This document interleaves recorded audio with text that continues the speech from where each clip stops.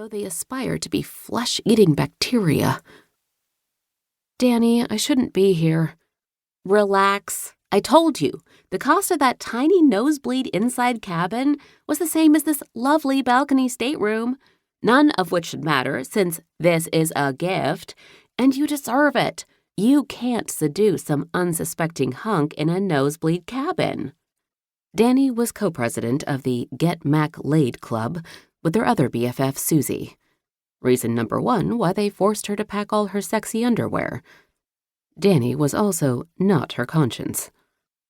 Mac, on the other hand, was not in the club. She wanted to relax, and after being dumped, she'd be fine without a man hogging her bed or failing to bring her to orgasm.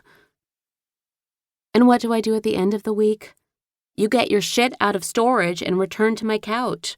I'll keep you well fed and tons of ice cream as we ponder the direction your life should head, but only if you enjoy yourself. Her voice turned serious. Don't let that a-hole destroy you. Mac swallowed against the emotion clawing up her throat. Chad's history. Yeah, thanks to himself. You let him walk all over you. Danny. A headache. She was going to start her vacation with a headache. All right, I'm done.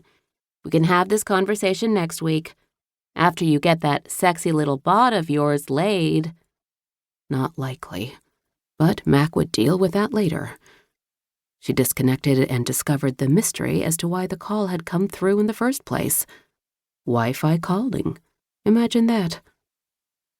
Her life was in the toilet bowl, yet she watched the ocean tumble past. Sounds of music and chatter waved in from the open balcony in every direction, except hers.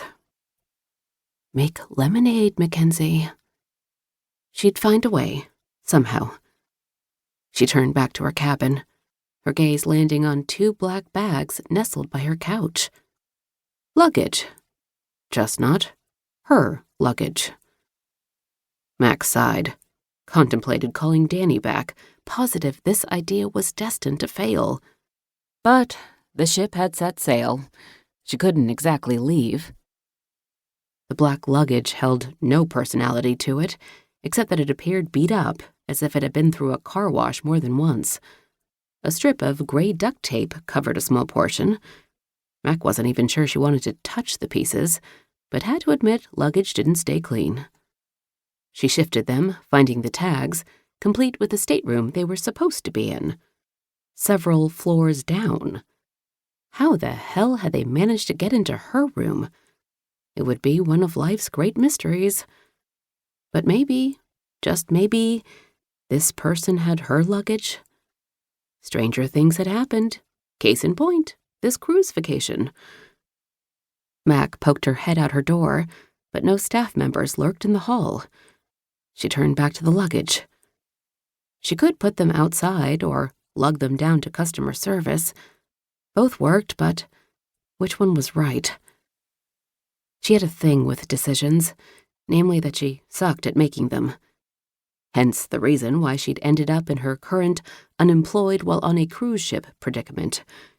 She'd learned long ago that there was always a right and wrong answer, and she and her rotten lemon luck had a penchant for the wrong answer. So which one would the right answer be?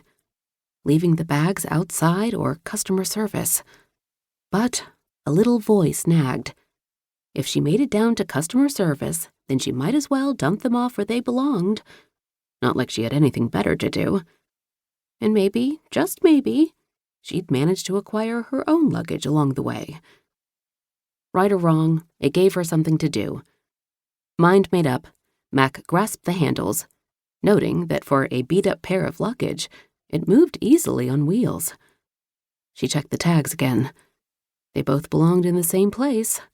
Time for a little adventure.